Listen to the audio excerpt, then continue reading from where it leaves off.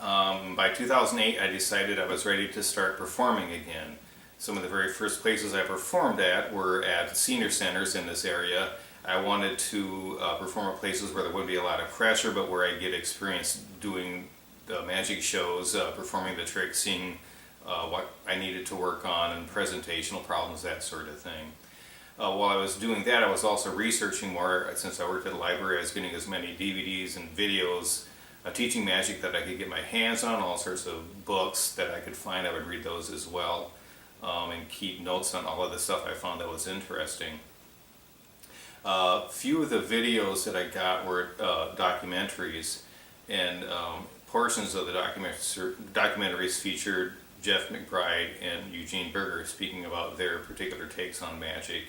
And I was taken a lot by what they were saying. When I was a kid, I thought the way magic worked was you bought a trick, you read the directions, you memorized the pattern, and you performed it. That's what you did. As an adult, I was beginning to understand there was a lot more to magic than that simple three-step process. There's a whole theory, there's a whole history of magic. Jeff McBride talked about the theory of magic. Eugene Berger would talk about the philosophy of magic, things that I never even really knew existed. A lot deeper level to this whole art than I realized was there. So I started thinking about that as I was performing. Somewhere along the lines in there also, I found out about the McBride Mystery School Monday broadcast. For about a year, I watched the rebroadcasts of those. I couldn't participate directly because I didn't have a fast enough computer connection. But I watched all the ones that had been done previously, and I got a lot out of it. I enjoyed it quite a bit. And then just a while ago, I got a new computer, a new internet connection that enabled me to interact directly on the Mystery School Monday broadcast. And that's when I really started having like one-on-one conversations with these people that I had been reading about or watching on these magic videos. And I was very impressed by their forthrightness, their personality, their personableness, and their desire to share their knowledge of magic and their desire to make magic a more meaningful and better art form than it is now. And so all these different influences came together, and that's what inspired me to finally decide to take a master class. I thought about that for a very long time. The cost is quite prohibitive. They're all the way in Las Vegas. There's all sorts of issues and problems, but if you really want to do something, you can find a way to surmount that.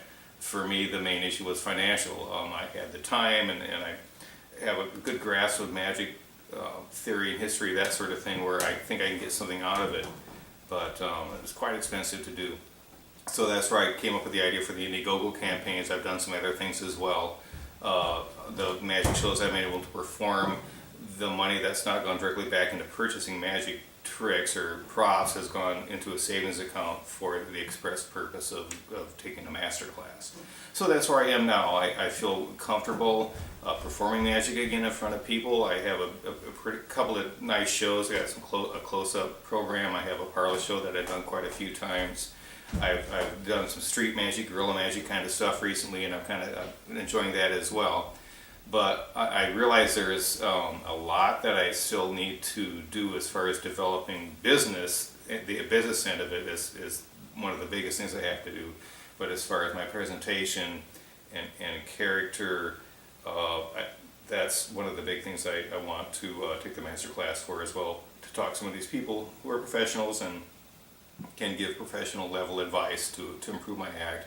I don't have any grandiose plans of being a major star in magic or traveling around the world or anything like that. If I can just be a solid magic act that people know about in Northeast Wisconsin and get a couple of jobs a month, that would be just great for me. That's pretty much my goal right now. So that's where I am. That's what the Indiegogo campaign is all about. And thank you for your time.